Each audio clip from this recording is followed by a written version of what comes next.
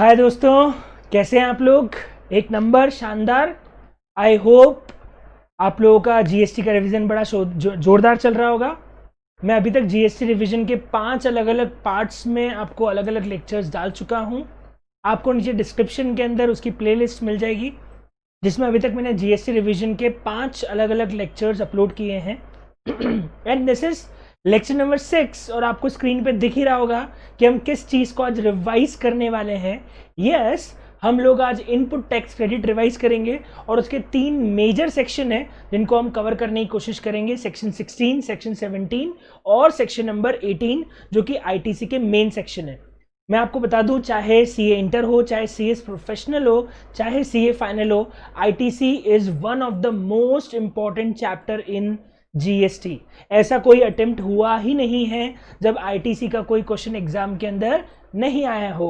तो let's begin. We are starting our discussion with GST revision ITC chapter and हम इसको फटाफट revise करना चालू करेंगे।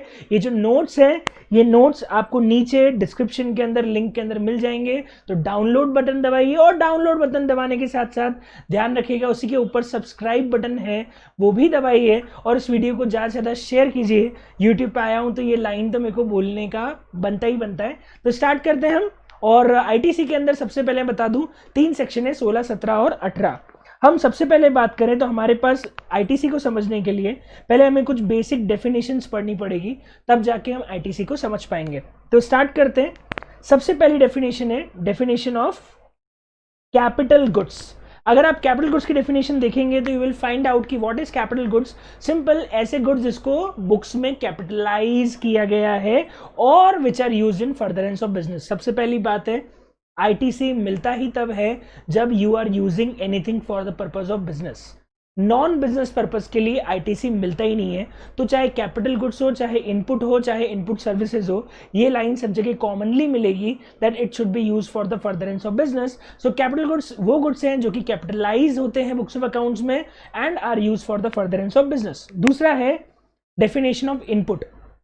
इनपुट का मतलब बड़ा सिंपल है, सारे goods other than capital goods which are use for furtherance of business. मतलब इस डेफिनेशन के साथ एक बहुत ही इंपॉर्टेंट बात क्लियर हो जाती है कि अब जीएसटी के अंदर हर चीज़ की आईटीसी मिलती है, हर चीज़ का इनपुट टैक्स क्रेडिट मिलता है, चाहे वो कैपिटल गुड्स हो चाहे वो इनपुट्स हो। और इनपुट्स के अंदर भी सारे गुड्स का उन्होंने बोल दिया कि आप आईटीसी ले सकते हो। पर ये सिर्फ एक भ्रम है क्योंकि आप सबको पता है आगे जाके 17 सबसेक्शन 5 आएगा जिसके अंदर हमने पता नहीं कितने सारे गुड्स को ब्लॉक कर दिया है कि उसकी आईटीसी नहीं मिलेगी। पर क्या डेफिनेशन में इनपुट सबको माना गया है? जी हाँ, all goods are input other than capital goods, again use for furtherance of business.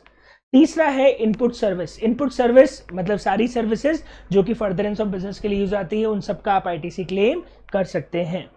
एक और इंपॉर्टेंट डेफिनेशन है जो कि हमको आईटीसी को समझने के लिए समझनी पड़ेगी, वो है इनपुट टैक्स की।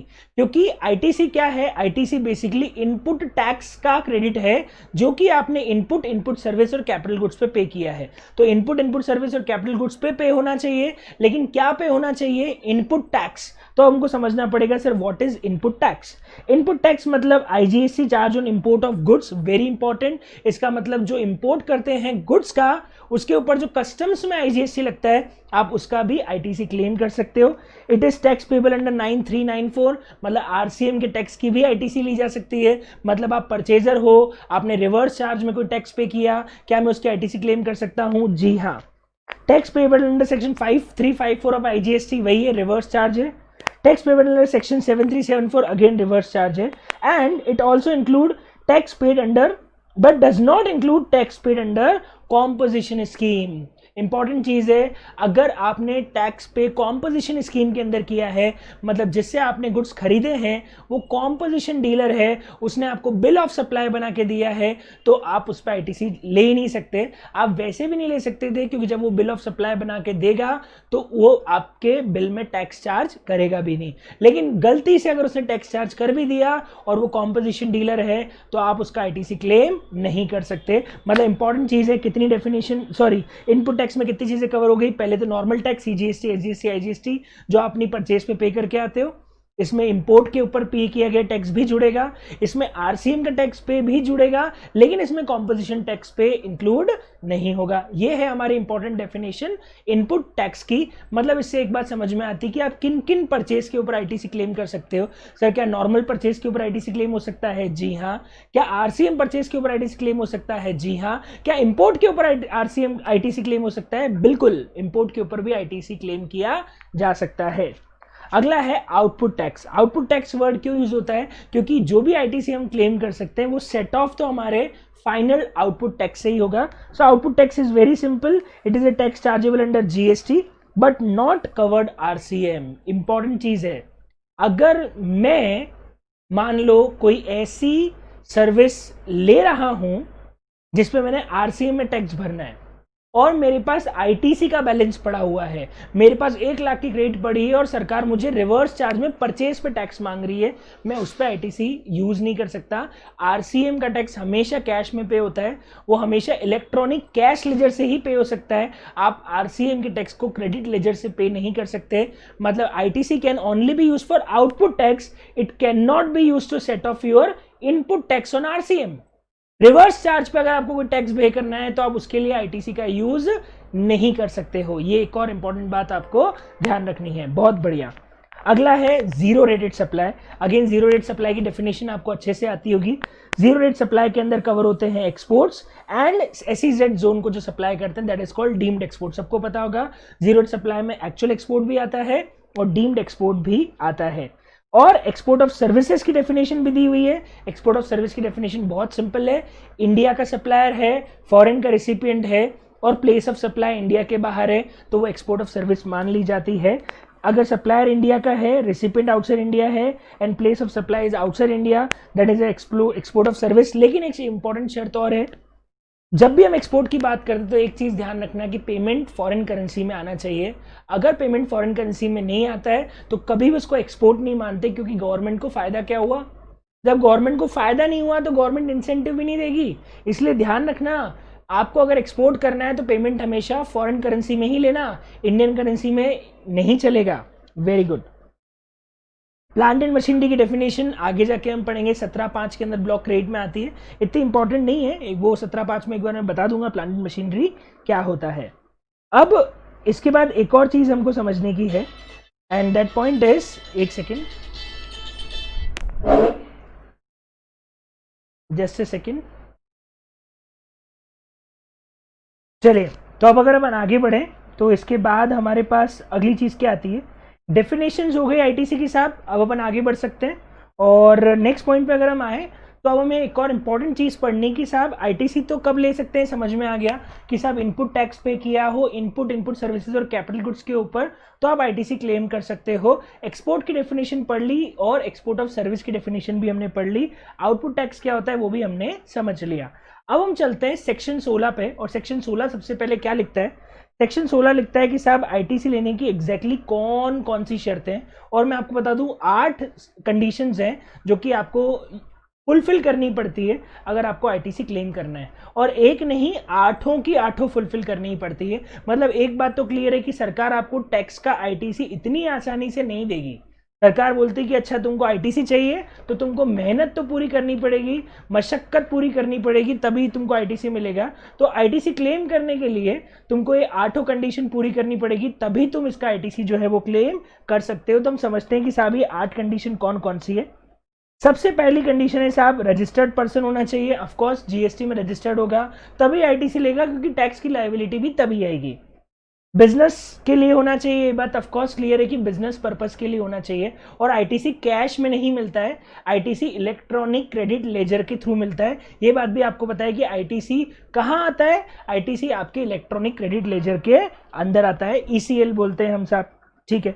नॉन बिजनेस पर्पस के लिए टैक्स पे किया तो उसका कोई आईटीसी नहीं मिलेगा, ये बात मैं आपको पहले ही बता चुका हूं। पहली शर्त तो ये हो गई साहब आदमी रजिस्टर्ड हो और उसका बिजनेस होना चाहिए। दूसरी शर्त है साहब टैक्स इनवॉइस होना चाहिए। अगर बिल नहीं है या जो भी प्रिस्क्राइब डॉक्यूमेंट है, आगे जाके हम अगले वाले टॉपिक के अंदर पढ़ेंगे, नीचे आएगा प्रिस्क्राइब डॉक्यूमेंट कौन कौन से, पढ़ा ही देता हूं मैं आपको। प्रिस्क्राइब डॉक्यूमेंट ये 4 हैं: invoice by supplier, invoice issued by recipient under RCM, debit note और bill of entry in case of import. ये 4 ऐसे डॉक्यूमेंट है, अगर ये डॉक्यूमेंट में से कोई भी एक डॉक्यूमेंट आपके पास में नहीं है तो तुम किस बात का आईटीसी लोगे? तुम्हारे पास प्रूफ ही नहीं है कि तुमने परचेज के ऊपर कोई टैक्स भी भरा है। तो ये अगर आपके पास में डॉक्यूमेंट है मतलब तूने परचेज पे टैक्स भरा है, ये डॉक्यूमेंट नहीं है मतलब आपने परचेज पे टैक्स भरा ही नहीं है। तो ये प्रिस्क्राइब डॉक्यूमेंट भी आपके पास में होना जरूरी है, तभी आईटीसी क्लेम किया जा सकता है। Very good. इसके बाद एक और चीज है कि साहब registered person must have receive the goods और सर्विसेज।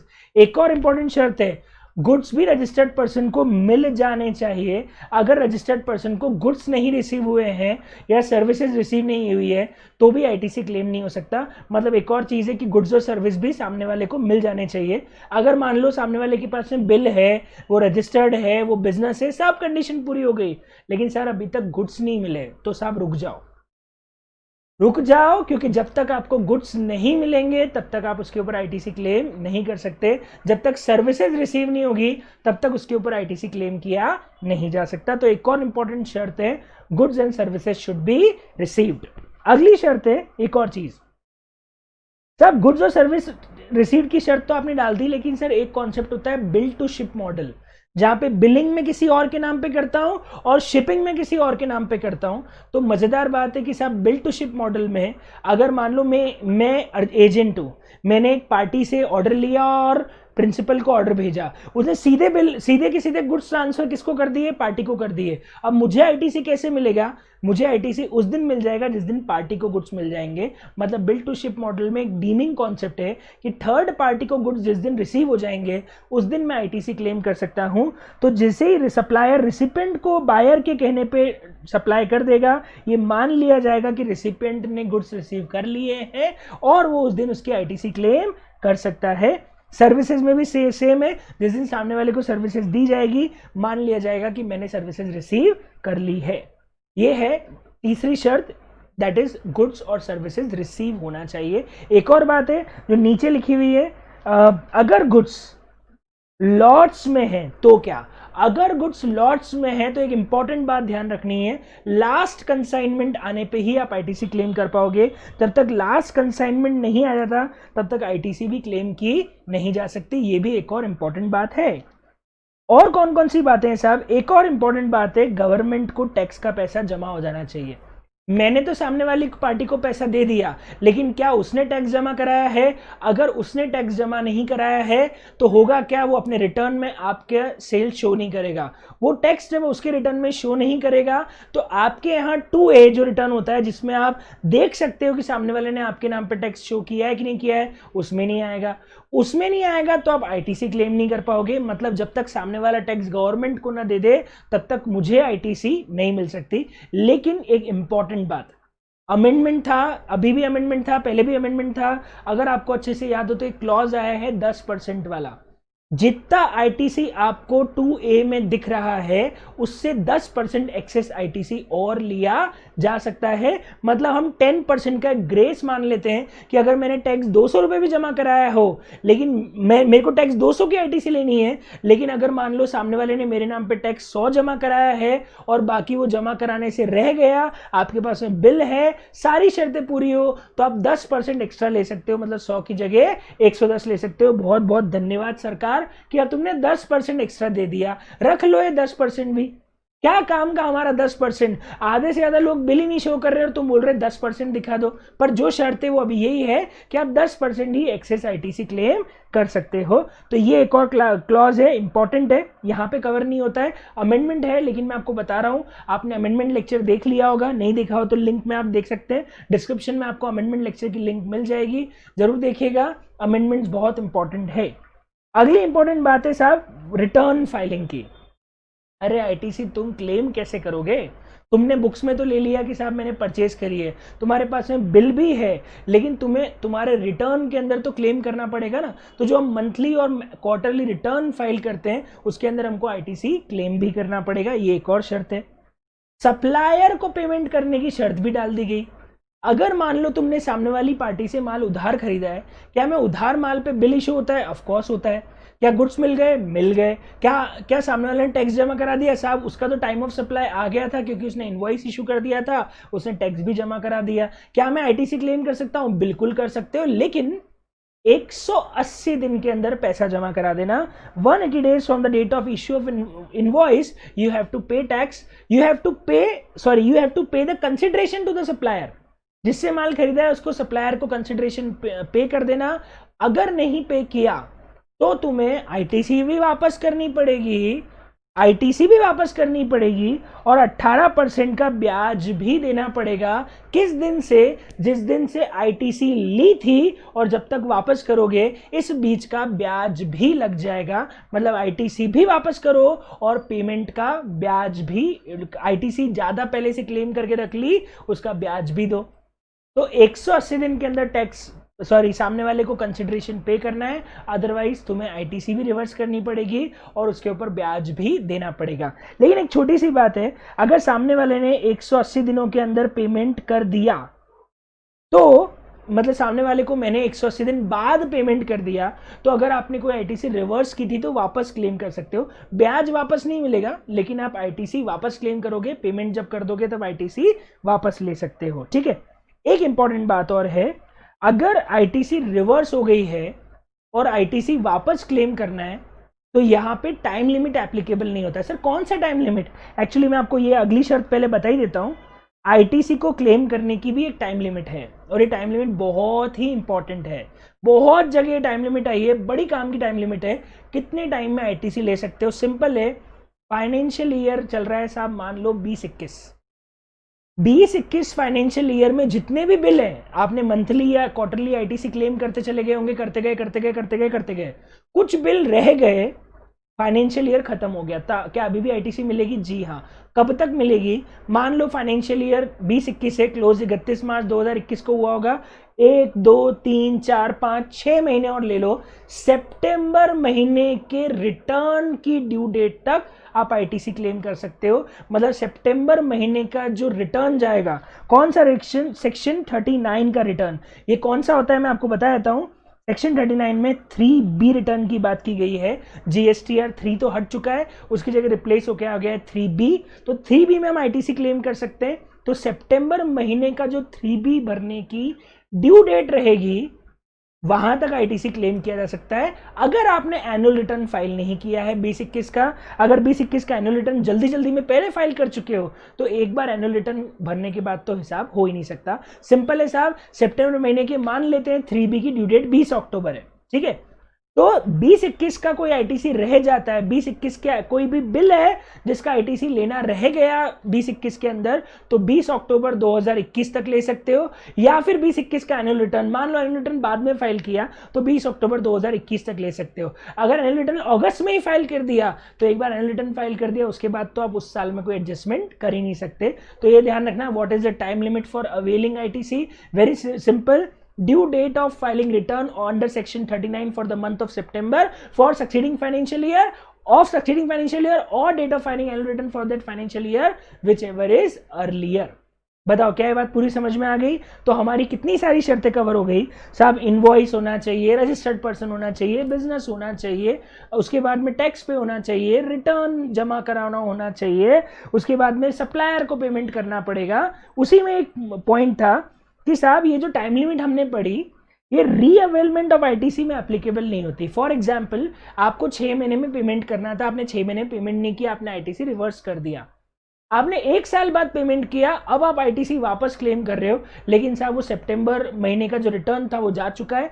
अक्टूबर के बाद हम आईटीसी क्लेम करना चाहते हैं, क्या हम कर सकते हैं? क्या आपने एक बार अवेल कर ली थी? जी हाँ।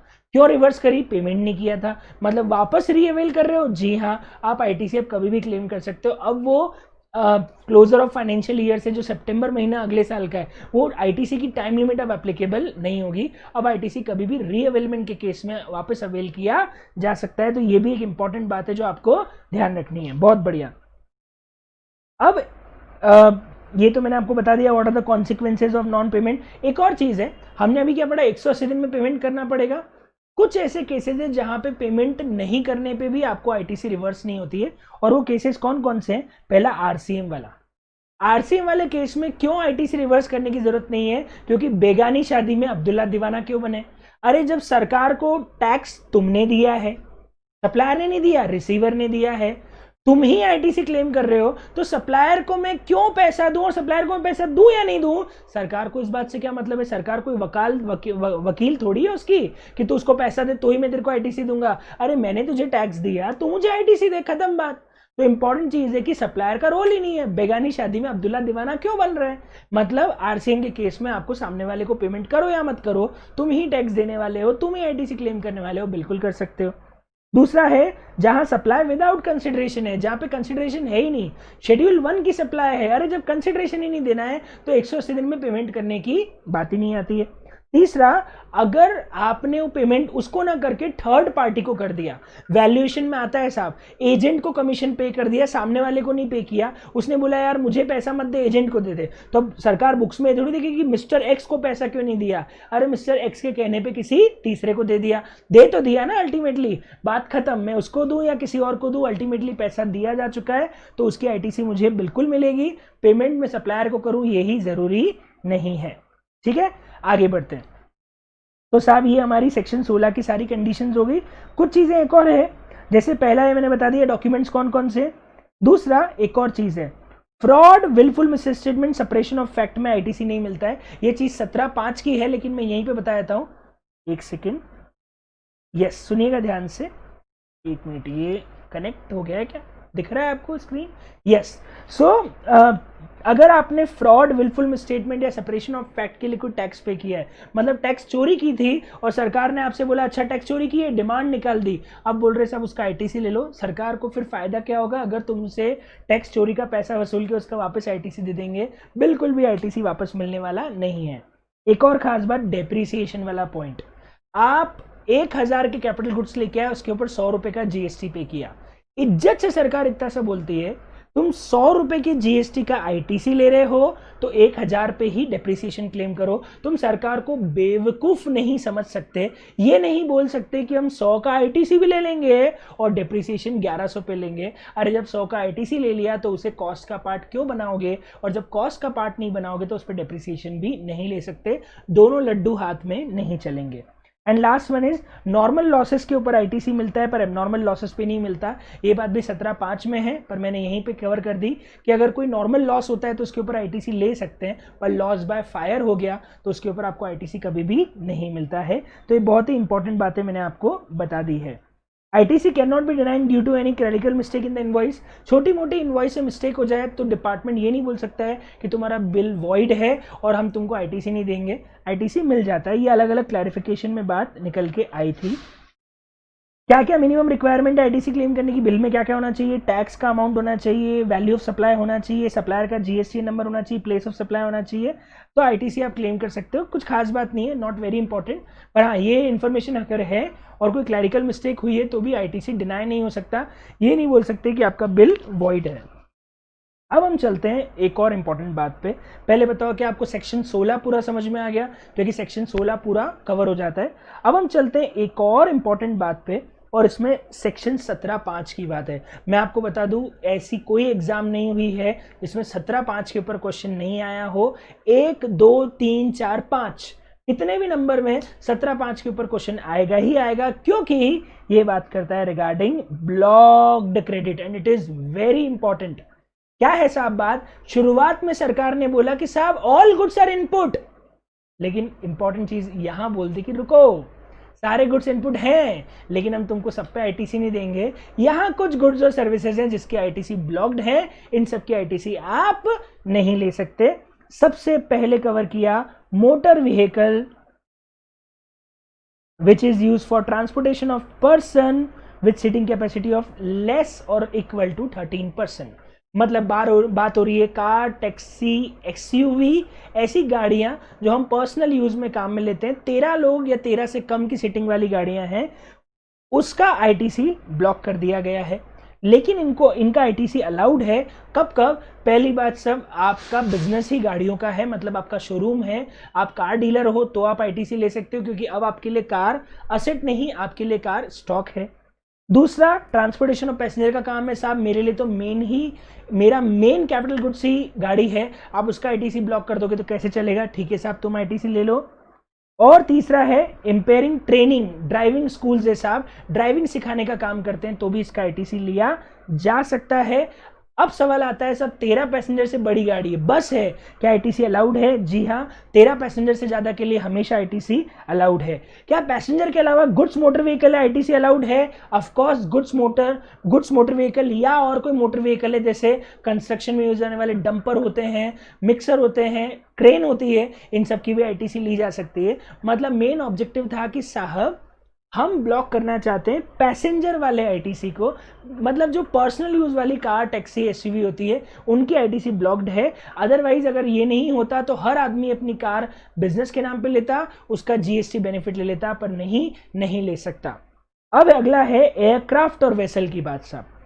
एयरक्राफ्ट और वेसल का आईटीसी भी ब्लॉक्ड है, पर कब अलाउड है? अगेन बिजनेस करते हो साहब, एयरक्राफ्ट डीलर हो, सप्लायर हो, ट्रांसपोर्टेशन ऑफ पैसेंजर गुड्स और ट्रेनिंग या वो का वही बात है, मतलब एयरक्राफ्ट का भी इन्हीं केसेस में अलाउड है, वेसल का भी इन्हीं केसेस में अलाउड है। अगेन पर्सनल एयरक्राफ्ट का अलाउड नहीं है।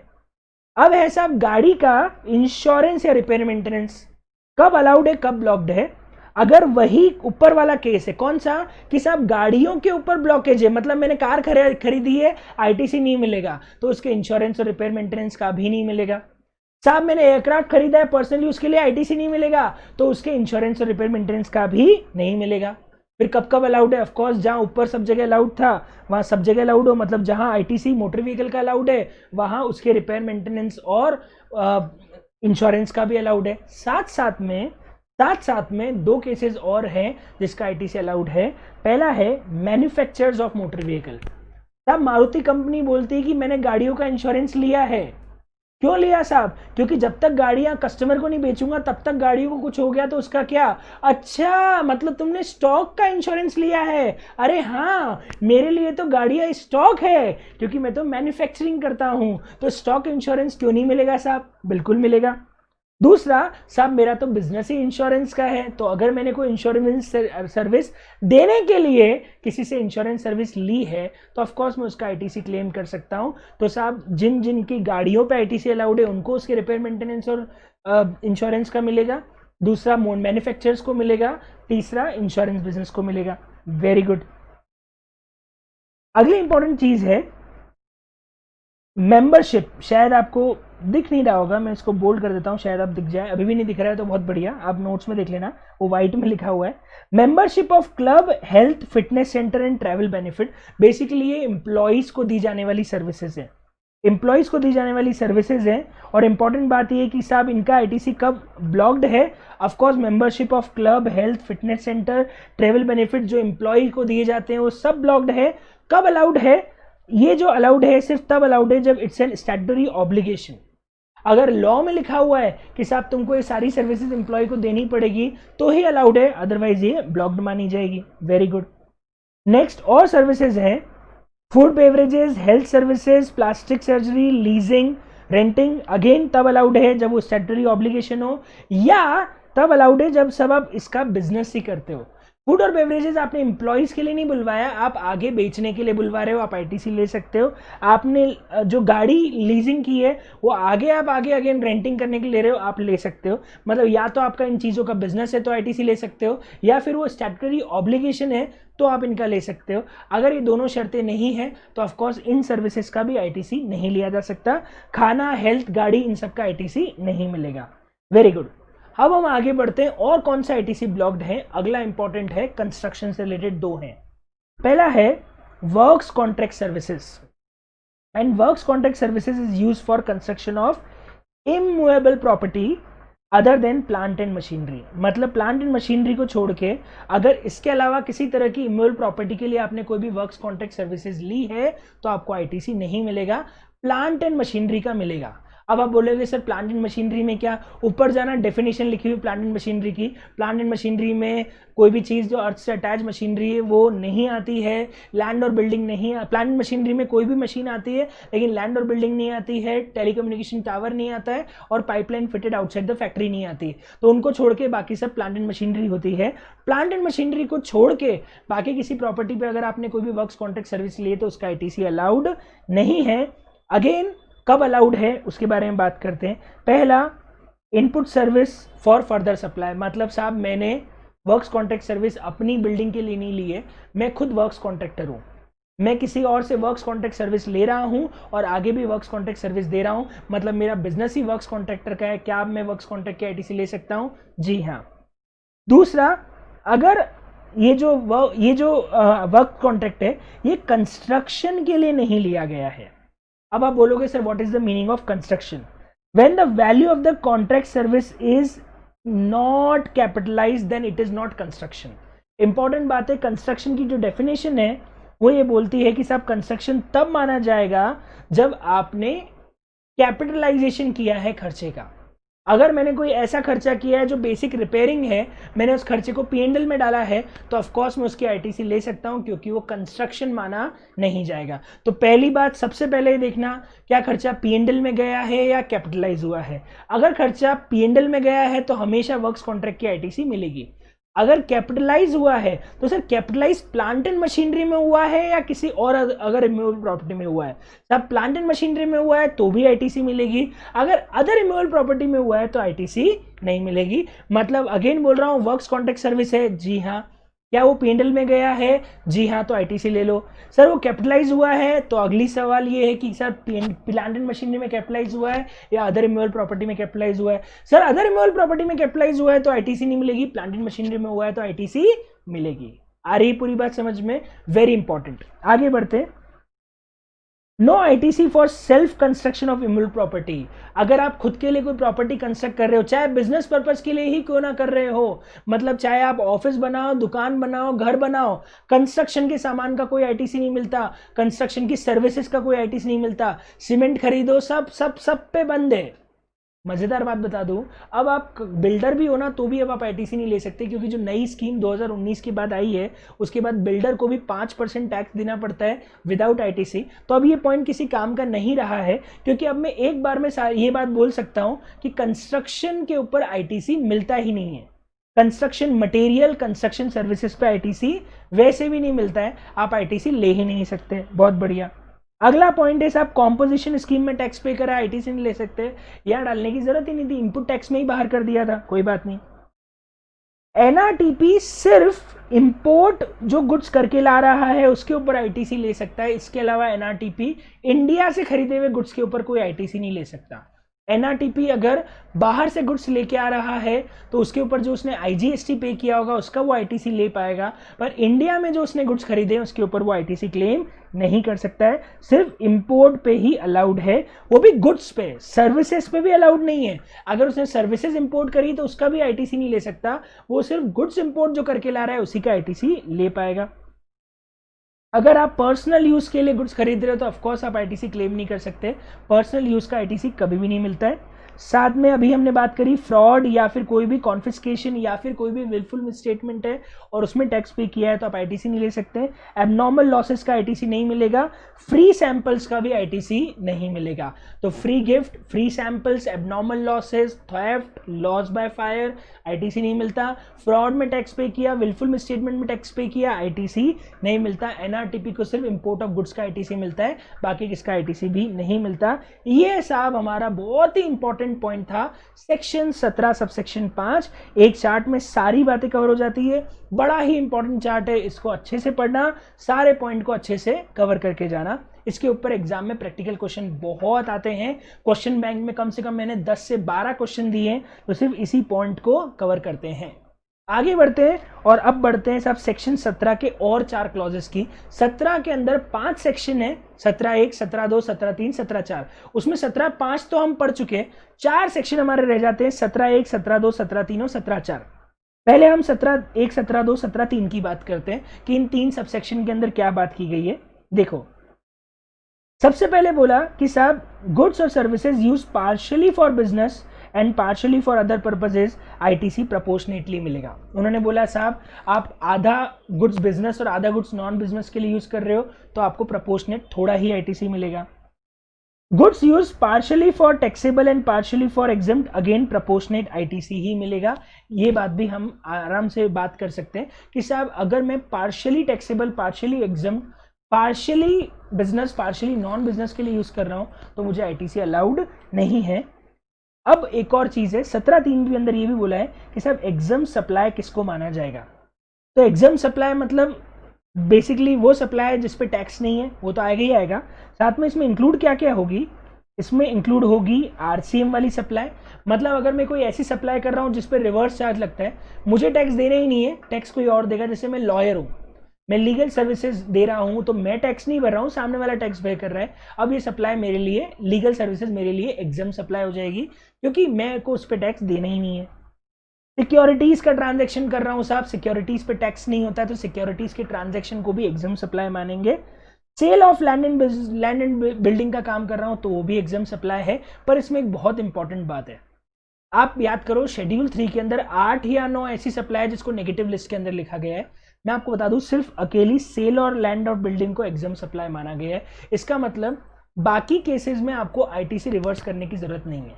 मतलब मान लीजिए साहब हॉस्पिटल है, हॉस्पिटल तो वैसे भी एग्जाम है, हॉस्पिटल का एग्जाम्पल अपन नहीं लेते, अपन एग्जाम्पल ले लेते हैं। मान लीजिए और कौन सी सप्लाई उसमें कवर हो रही थी, चलो साहब एक बैंक है, वो बैंक एक्शनेबल क्लेम्स में भी डील करता है, तो क्या एक्शनेबल क्लेम को वो एग्जाम सप्लाई मानेगा? नहीं, एक्शनेबल क्लेम्स के डिस्काउंट को एग्जाम सप्लाई नहीं मानेगा। अब आप बोलोगे साहब क्यों नहीं मानेगा? क्योंकि वो शेड्यूल 3 के अंदर एक्शनेबल क्लेम की जो सेल है वो शेड्यूल 3 में तो कवर है, पर यहाँ पे एग्जाम सप्लाई में सिर्फ लैंड और बिल्डिंग को कवर किया हुआ है। मैंने क्लियरली लिखा भी है कि value of exempt supply shall not include value of activities which are covered in schedule 3 except land और बिल्डिंग। लैंड और बिल्डिंग को छोड़ के बाकी कोई भी शेड्यूल 3 की सप्लाई को एग्जाम मत मानना। बाकी किसी केस में आईटीसी रिवर्स नहीं होगा, सिर्फ सेल ऑफ लैंड और बिल्डिंग के केस में ही आईटीसी रिवर्स करने की जरूरत है। एग्जाम में क्वेश्चन आ सकता है कि साहब एक आदमी sale of land and building भी कर रहा है, एक आदमी मॉर्चुरी सर्विसेज भी दे रहा है, एक आदमी एक्शनेबल क्लेम्स का भी ट्रांजेक्शन करता है, क्या इसको तीनों केस में आईटीसी रिवर्स करना है? जी नहीं, तो sale of land and building के केस में आईटीसी रिवर्स होगा क्योंकि उसे ही एग्जाम सप्लाई माना गया है, बाकी शेड्यूल 3 को एग्जाम सप्लाई माना नहीं गया है। वेरी गुड, तो अब एग्जाम सप्लाई की डेफिनेशन भी क्लियर हो जाती है। अब 17(1), 17(2), 17(3) से एक बात समझ में आई कि अगर मैं partially exam, partially taxable, partially business, partially non business में डीलिंग करता हूं तो मुझे कुछ आईटीसी मिलेगा, कुछ वापस करना पड़ेगा। पर इसका कैलकुलेशन कहां दिया है, तो हम पहले चलते हैं साहब इसके कैलकुलेशन पे, और इसमें दो रूल अप्लाई होते हैं, रूल 42 एंड रूल 43। दो रूल अप्लाई होते हैं, अगर आपको याद हो तो बताओ कब रूल 42 होता है और कब रूल 43 होता है। रूल 42 होता है इनपुट और इनपुट सर्विसेज के रिवर्सल के लिए, और रूल 43 होता है कैपिटल गुड्स के रिवर्सल के लिए। तो अगर आपने पार्शियली इनपुट और इनपुट सर्विसेज कॉमनली यूज की है तो रूल 42 में रिवर्सल होगा, और अगर आपने कॉमन कैपिटल गुड्स को यूज किया है जो पार्शियली टैक्सेबल, पार्शियली एग्जाम में हो रहा है, तो in that case rule 43 applicable होगा। पहले हम रूल 42 की बात कर लेते हैं। रूल 42 में सिंपल बात है साहब, टोटल आईटीसी है। मैं आपको बता दूं, अगर कोई ऐसा आईटीसी है जो सिर्फ अदर देन बिजनेस का एक्सक्लूसिव है तो उसको हटा दीजिए, माइनस कर दीजिए। अगर कोई ऐसा आईटीसी है जो एक्सक्लूसिवली एग्जम्प्ट है तो उसको अलग कर दीजिए, और कोई ऐसा आईटीसी जो 17(5) के अंदर ब्लॉक्ड है उसको अलग कर दीजिए। अगर आपको याद हो तो हमने 3 नाम लिए थे, T is the total ITC, T1, T2, T3। T1 is non business, T2 is exempt and T3 is 17(5) का ब्लॉक क्रेडिट। एक्सक्लूसिवली अगर इनमें यूज रहा है तो इनको हटा दो क्योंकि इसका तो कोई आईटीसी नहीं मिलेगा। अब आएगा हमारे पास में C1। C1 is basically common ITC plus जो टैक्सेबल में यूज हुआ है वो आईटीसी। तो बोलते हैं एक काम और करो, जो टैक्सेबल वाला है उसको भी अलग कर दो। इसको अलग करना है, इसको माइनस नहीं करना है। T4 इज एक्सक्लूसिवली टैक्सेबल जिसका पूरा आईटीसी मिलेगा, इसको भी अलग करके ले लो। अब साहब कॉमन आईटीसी बच गया जिसको हमने नाम दिया C2। C2 का आपको E/F करना है, that is called exempt supply divide by total supply. मतलब एग्जाम और टोटल के रेशियो में आपको कैलकुलेट करना है D1, ये D1 आएगा, और D1 के बाद अगर आपका नॉन बिजनेस है तो उसका 5% C2 का निकाल लोगे तो वो आ जाएगा D2। C2 का 5% D2, और E/F करेंगे C2 का E/F तो आ जाएगा D1। ये दोनों वो अमाउंट है जो आपको रिवर्स करने हैं, मतलब D1 और D2 वो अमाउंट है जो आपको टैक्स के फॉर्म में पे करना है, और आप बाकी बचा हुआ आईटीसी पूरा क्लेम कर सकते हो। तो D1 and D2 is an ineligible ITC, and अगर C2 में से मैं D1 D2 हटा दूं तो ये एलिजिबल आईटीसी आ जाता है, प्लस T4 भी कर दूंगा क्योंकि T4 टोटली टैक्सेबल का है तो वो आईटीसी में पूरा क्लेम कर सकता हूं। तो मैं एक बार वापस एक्सप्लेन कर देता हूं मैंने क्या किया। मैंने सबसे पहले exclusively exam, exclusively non business और एक्सक्लूसिवली 17(5) वाला आईटीसी हटा दिया, उसका मिलेगा ही नहीं। अब जो बचा उसमें से मैं एक्सक्लूसिव टैक्सेबल का पूरा ले लेता हूं और जो बच गया वो कॉमन है। इसमें प्रपोर्शन करना है कि साहब D1 और D2 निकाला, E/F किया एग्जाम वाले को निकालने के लिए और नॉन बिजनेस के लिए किया 5%, और ये अमाउंट हटाने के बाद बचा हुआ आईटीसी में पूरा का पूरा क्लेम कर सकता हूं। ये है रूल 42 का पूरा कैलकुलेशन। अब मजेदार बात है, हमारे पास कैपिटल गुड्स के लिए भी एक रूल है and that rule is rule 43। अच्छी बात यह है कि इसमें अभी रिसेंटली अमेंडमेंट आए हैं, तो मैंने यहाँ पे जो एग्जाम्पल लिया है वो पूरा हाथ से मैंने एग्जाम्पल बनाया है और इस एग्जाम्पल के अंदर मैं अमेंडेड पोर्शन पूरा बता दूंगा कि रूल 43 में क्या क्या अमेंडमेंट आए। बच्चों ने मेरे से बोला भी था कि सर एग्जाम्पल भी करवा दो रूल 43 का, तो ये लो साहब आपके सामने एग्जाम्पल भी है। रूल 43 में पहले तो रेड वाला पोर्शन वो है जहाँ पे कोई अमेंडमेंट नहीं आया।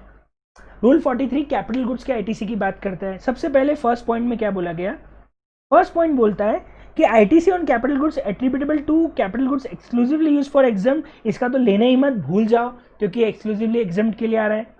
ITC on capital goods attributability capital goods exclusively use for taxable, इसका पूरा ले लो। मैंने अभी एग्जांपल के लिए माना है कि 1 लाख का आईटीसी ऐसा है जो एक्सक्लूसिवली टैक्सेबल के लिए इस महीने में आया है, इसका तो मैं पूरा का पूरा आईटीसी क्लेम कर सकता हूं। अब हमारे पास ऐसा आईटीसी है जो कॉमन कैपिटल गुड्स का है, क्या इसका भी ले लूं? अभी वो बोलते हैं पूरा ले लो, ध्यान रखना अमेंडमेंट है, पूरा ले लो, पूरा ले लो। मतलब मैं जितने भी कॉमन कैपिटल गुड्स खरीद रहा हूं इस महीने में, इसका पूरा आईटीसी क्लेम कर लूंगा। कहां? इलेक्ट्रॉनिक क्रेडिट लेजर के अंदर। मतलब 1 लाख रुपए भी इलेक्ट्रॉनिक क्रेडिट लेजर के अंदर चले जाएंगे क्योंकि वो तो पूरा टैक्सेबल है, और कॉमन वाला भी पूरा ले लो, ठीक है। चौथा, अगर कोई ऐसा कैपिटल गुड्स है जो पहले एग्जाम था और इस महीने में वो कॉमन हो गया, जैसे मान लीजिए मैंने 1 अप्रैल 2020 को ऐसा कैपिटल गुड्स खरीदा था जिसपे 50,000 का टैक्स भरा था, उस टाइम वो एग्जाम के लिए यूज हो रहा था तो मैंने उस पर कोई आईटीसी नहीं ली। अब ये कॉमन हो गया, मतलब अब ये हमारे कॉमन में जुड़ गया। तो जैसे हमने ऊपर बोला था पूरा ले लो कॉमन का, यहां भी 50,000 का पूरा ले लो। और सर एक बात गलत है, मैंने 1 अप्रैल से असेट यूज करना चालू किया और आज अगस्त हो गई और आप बोल रहे हो सर पूरा ले लो, कुछ वापस भी तो करना पड़ेगा। तो बोलते हैं अलग से वापस करो, मतलब पूरा ले लो आईटीसी में और अलग से वापस करो। अलग से कितना वापस करना है साहब? 2 क्वार्टर का, 5% के हिसाब से 2 क्वार्टर का माइनस होगा। तो 1 अप्रैल से देखें तो अप्रैल टू जून क्वार्टर हो गया, जुलाई टू सितंबर क्वार्टर हो गया, क्योंकि पार्ट ऑफ इट को भी हम क्वार्टर में काउंट करते हैं। तो 2 क्वार्टर का आईटीसी मुझे वापस करना पड़ेगा। 50,000 का 5% का 2 क्वार्टर करूंगा तो 5,000 रुपए मुझे इस महीने टैक्स भी जमा कराना पड़ेगा। तो देखो अभी तक मैं जो बात पूरी समझ के आया हूं वो ये है कि एक तो मुझे 1 लाख का पूरा आईटीसी मिल जाएगा, 2 लाख का कॉमन है लेकिन वो बोल रहे हैं पूरा ले लो, ले लिया। 50,000 का जो कन्वर्ट हुई एसेट उसका भी पूरा ले लो, ले लिया, लेकिन उसमें से 5,000 वापस भी कर दो, कर दिया। पर सर ये कॉमन का पूरा ले रहे हैं, क्या कर क्या रहे हैं? प्रपोर्शन करेंगे, जिस सॉरी प्रपोर्शन करेंगे। अपन इसको इकट्ठा कर रहे हैं, एक तो 2 लाख कॉमन है, एक 50,000 कॉमन आ गया, इन दोनों को अपने अलग रख दिया, इन दोनों को हमने ए में जोड़ दिया, ए में जोड़ दिया, तो हमारे पास टोटल ए आ गया 2.5 लाख। इसको हम टीसी नाम दे देंगे। ये कॉमन कैपिटल गुड्स का आईटीसी हो गया, टीसी 2.5 लाख रुपए। अब एक और सिचुएशन बन सकती है। सिचुएशन अगली जो बनेगी वो ये है कि साहब आपका अगेन कन्वर्जन होगा लेकिन उल्टा, टैक्सेबल से कॉमन हो गया साहब। 1 अप्रैल को एक असेट थी जिसका आईटीसी था 1,10,000, मैंने पूरा आईटीसी ऑलरेडी क्लेम कर लिया क्योंकि ये टैक्सेबल था, लेकिन अब ये कॉमन हो गया। तो क्या मैं इसका आईटीसी वापस लूंगा? बिल्कुल भी नहीं। इसका आईटीसी वापस इसलिए नहीं लूंगा क्योंकि आईटीसी तो मैं अप्रैल महीने में ले चुका हूं। लेकिन क्या जो प्रोपोर्शनेट कैलकुलेशन करना है उसमें जोड़ूंगा? बिल्कुल, क्योंकि अब ये कॉमन है तो इसका आईटीसी रिवर्सल तो होगा, हर महीने आपको रिवर्स तो करना पड़ेगा। तो हम इसको टीसी में ऐड कर देंगे। मैं इसको ए में ऐड नहीं कर रहा हूं, मैं इसको क्रेडिट लेजर में नहीं डालूंगा क्योंकि इसका आईटीसी मैं अप्रैल महीने में ले चुका हूं पहले से, लेकिन मैं इसको रिवर्सल में तो जोड़ूंगा ना, क्योंकि अब ये कॉमन में आ गया तो इसका आईटीसी वापस तो करना पड़ेगा। तो इसका भी हमने टीसी में ऐड कर दिया। तो मेरे पास पहले से टीसी चल रहा था 2.5 लाख, क्योंकि 2 लाख के कॉमन कैपिटल गुड्स का 50,000 कन्वर्ट हुई वाले का और 1,10,000 का ये कन्वर्जन वाला ले लिया। 3,60,000 का मेरा टोटल कॉमन प्रपोर्शनेट करने वाला आईटीसी आ गया। अब सबको पता है कि साहब हम कैपिटल गुड्स के ऊपर जब भी रिवर्सल करते हैं तो 60 महीने में रिवर्सल होता है। 1 सेकेंड, ये आईपैड बार बार बंद हो रहा है, चालू हो रहा है, एक सेकेंड, क्या आप दिख रहा है? यस। तो आप मुझे बताओ हम कैपिटल गुड्स के आईटीसी को रिवर्स कितने महीने में करते हैं? ऑफ कोर्स 60 महीने में रिवर्स करते हैं। तो यहाँ पे हम यही करेंगे, हम जो टीसी आया है इसको 60 महीने से डिवाइड करके हर महीने 6000 का निकालेंगे, इसको हम नाम देंगे टीआर। ये 6000 रुपये हर महीने हमारा ओवरऑल मंथली आईटीसी आ गया जो कॉमन कैपिटल गुड्स से एट्रीब्यूटेबल है। अब हम मान लेते हैं कि साहब 6000 रुपये टोटल आईटीसी है और मेरा 100 लाख का टोटल टर्नओवर है, उसमें से 40 लाख का एग्जम्प्ट है, मतलब 40% मेरा एग्जम्प्ट टर्नओवर है। तो 6000 का 40% 2400 रुपये मुझे ये भी रिवर्स करना पड़ेगा हर महीने। अब ये हर महीने चेंज होता जाएगा, इस महीने ई/एफ 40% आया, अगले महीने ई/एफ 30% आ सकता है, उसके अगले महीने 70% आ सकता है। जितने भी परसेंट ई/एफ आएगा मेरे को हर महीने ये रिवर्सल करना पड़ेगा। पहले क्या होता था, हम 60 महीने में लेते थे, अब बोल रहे हैं सब पूरा ले लो और हर महीने थोड़ा थोड़ा रिवर्स करते जाओ। तो मैं इस बार जितने भी कॉमन कैपिटल गुड्स कन्वर्ट हुए हैं उनका पूरा ले लूंगा, जो अब कॉमन में आए हैं, जिनका मैंने पहले नहीं लिया था उनका पूरा ले लूंगा और उन सबको मैं इस टीसी में जोड़ता भी जा रहा हूं। और यहां से मैं डिवाइड बाय 60 करके मंथली एट्रीब्यूट कर दिया और ई/एफ करके मैंने उसका एग्जम्प्ट वाला पोर्शन निकाल लिया। तो प्रैक्टिकली 2400 रुपए का हमारा एग्जम्प्ट वाला रिवर्सल भी आ रहा है। क्या ये समझ में आया? मैंने इसको और अच्छे से समझाने के लिए एक फाइनल समरी भी दे दी। देखो, सबसे पहले टोटल इस महीने में आईटीसी इकट्ठा कितना होगा? सर 1 लाख का तो वो आईटीसी जो सेकेंड पॉइंट से आ रहा था, जो आईटीसी एक्सक्लूसिवली टैक्सेबल का था, वो तो मैंने पूरा ले लिया साहब। दूसरा आईटीसी जो आ रहा है वो आ रहा है 2 लाख का, ये आईटीसी है किस चीज का? ये आईटीसी है कॉमन कैपिटल गुड्स का, ये भी मैंने पूरा ले लिया साहब।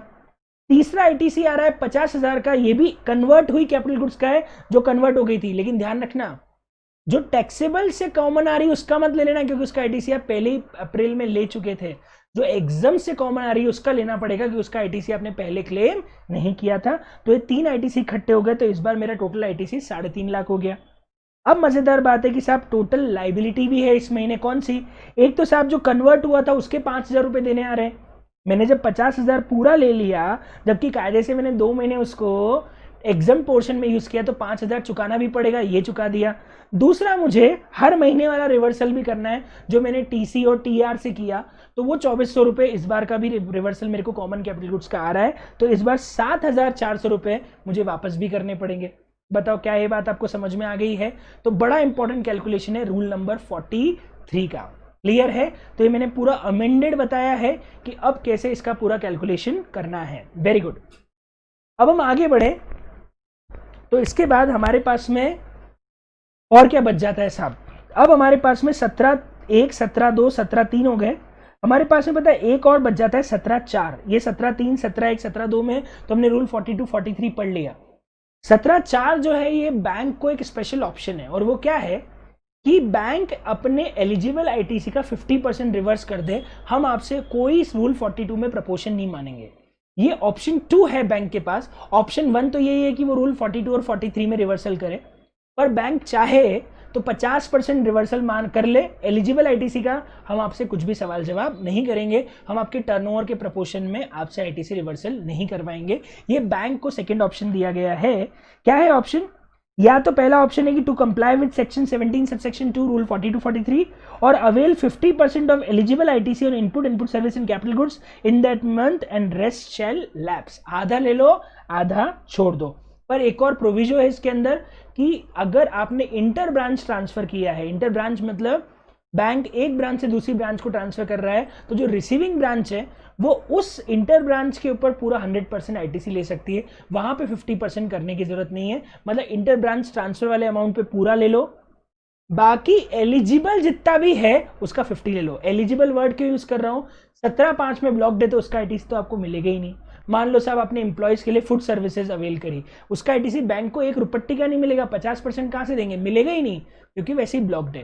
तो जो अलाउड है उसका 50 ले लो, 50 छोड़ दो, और ब्रांच इंटर ब्रांच वाले का पूरा ले लो और 50% रिवर्स कर दो। जो डिसअलाउड है, ब्लॉक्ड है, उसका तो आईटीसी कोई भी नहीं ले सकता है। बैंक को क्यों स्पेशली देंगे? किसी को नहीं मिलेगा साहब। ये है साहब 17(4) का पूरा क्लॉज। तो अच्छी बात ये है कि इसके साथ हमारा सेक्शन 17 भी हो जाता है कंप्लीट। तो हम सेक्शन 16 पूरा रिवाइज कर चुके हैं, सेक्शन 17 पूरा रिवाइज कर चुके हैं। आगे बढ़ते हैं और आते हैं अगले सेक्शन पे, और वो है सेक्शन 18।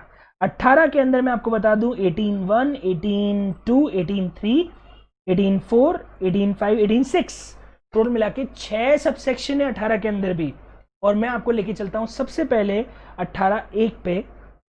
और 18(1) किस बारे में बात करता है? 18(1) जो है 18 सबसेक्शन 1 में 4 क्लॉजेज हैं। वो 4 क्लॉजेज कौन कौन से हैं? पहला, आपने नया रजिस्ट्रेशन लिया है, वॉलेंट्री या कंपलसरी, 2 केसेस तो ये हैं। तीसरा, आप कॉम्पोजिशन से रेगुलर में जा रहे हो। और चौथा, आपकी एग्जाम सप्लाई टैक्सेबल हो गई है। इन चारों केसेस में आपको आपके स्टॉक के ऊपर, और इनमें से 2 केसेस में आपको आपके स्टॉक और कैपिटल गुड्स के ऊपर आईटीसी मिलेगी। मतलब 18 सबसेक्शन 1 आईटीसी लेने का सेक्शन है।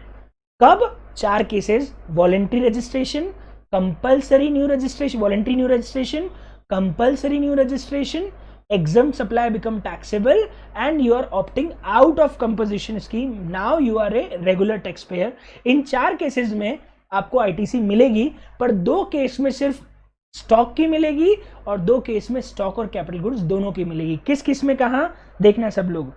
अगर वॉलेंट्री या मैंडेटरी रजिस्ट्रेशन है तो सिर्फ स्टॉक की मिलेगी। अगर कंपोजिशन से बाहर आ रहे हो या टैक्सेबल, एग्जाम सप्लाई टैक्सेबल हो रही है, तो आपको स्टॉक और कैपिटल गुड्स दोनों की मिलेगी। क्या ये बात ध्यान रहेगी? बात बहुत इंपॉर्टेंट है। पर ध्यान रखना, कैपिटल गुड्स की मिलती है 5% पर क्वार्टर रिड्यूस होने के बाद। ये क्लॉज में कोई अमेंडमेंट नहीं है। कुछ बच्चों का मेरे पास डाउट आया था, क्या सर 18(1) में कोई बदलाव है? नहीं साहब, 18(1) में कोई अमेंडमेंट नहीं है। मतलब आपको अभी भी यही करना है। एग्जाम से टैक्सेबल में आ रहे हो, कॉम्पोजिशन से बाहर आ रहे हो, कैपिटल गुड्स पे जितने टाइम यूज हो चुका है उसका 5% पर क्वार्टर रिड्यूस करो, रिमेनिंग आईटीसी आप क्लेम कर सकते हो। स्टॉक पे तो पूरी की पूरी आपको मिल ही जाएगी। एक इंपॉर्टेंट शर्त है जो 18 सबसेक्शन 2 में दिया हुआ है, ये 18(1) के लिए ही है, और वो क्लॉज बड़ा इंपॉर्टेंट है। आपको आईटीसी तभी मिलेगी जब आपका स्टॉक और कैपिटल गुड्स का इनवॉइस 1 साल से पुराना नहीं होना चाहिए। अगर बिल 1 साल से पुराना है तो आप उसके ऊपर आईटीसी क्लेम नहीं कर सकते। स्टॉक और कैपिटल गुड्स 1 साल से पुराना हुआ तो फिर 18(1) के अंदर आप आईटीसी क्लेम नहीं कर पाओगे। तो ये है 18 सबसेक्शन 1 और 18 सबसेक्शन 2। 4 केसेस में आईटीसी मिलती है। कब किस केस में क्या मिलती है ये मैंने आपको अभी बता दिया। कैपिटल गुड्स में 5% पर क्वार्टर रिड्यूस करने के बाद आईटीसी मिलेगी। इसका फॉर्म भी है, फॉर्म में आपको बताया था नीचे कवर हुआ है, फॉर्म रूल 40 के अंदर कवर हुआ है। किस फॉर्म से मिलती है? जीएसटी आईटीसी 01 फाइल करना पड़ता है। अगर आपको आईटीसी क्लेम करनी है तो आपको आईटीसी 01 फाइल करना पड़ता है, फॉर्म नंबर। और अगर आईटीसी 2 लाख से ज़्यादा की है तो सीए या कॉस्ट अकाउंटेंट का सर्टिफिकेट भी आपको अटैच करना पड़ता है, जिसके अंदर आप ये सीए अटेस्ट करता है कि इनका जो स्टॉक डिटेल है वो वैलिड है, इनके कैपिटल गुड्स की इंफॉर्मेशन सही है, अगर आईटीसी 2 लाख से ज़्यादा का तो है। तो 18 सबसेक्शन 1 के साथ रूल 40 अटैच है, जो मैंने नीचे आपको अलग से लिख के दे दिया। ये 18 सबसेक्शन 1 और 2 के साथ का रूल है। आ गया समझ में? तो 18 सबसेक्शन 1 और 2 क्लियर है। अब चलते हैं 18 सबसेक्शन 3 पे। बड़ा इजी रूल है और ये बात करता है change in constitution of business की। मर्जर, डीमर्जर, एक्विजिशन, इस केस में आप अपना आईटीसी, अपना बैलेंस ऑफ आईटीसी अगले पर्सन को ट्रांसफर कर सकते हो। इसके लिए 18 सबसेक्शन 3 है। कंडीशन है सर सारी लाइबिलिटीज ट्रांसफर होनी चाहिए, पहली शर्त है। दूसरा, इसका जो फॉर्म है वो फॉर्म है आईटीसी 02। अगर आपने डीमर्जर, मर्जर किया है और आप अपना आईटीसी अगले को ट्रांसफर करना चाहते हो तो आपको फॉर्म आईटीसी 02 से अपना आईटीसी अगले को देना पड़ेगा। अगला बंदा उस फॉर्म को एक्सेप्ट करेगा और आपके अकाउंट से सारा का सारा आईटीसी अगले बंदे को पहुंच जाएगा।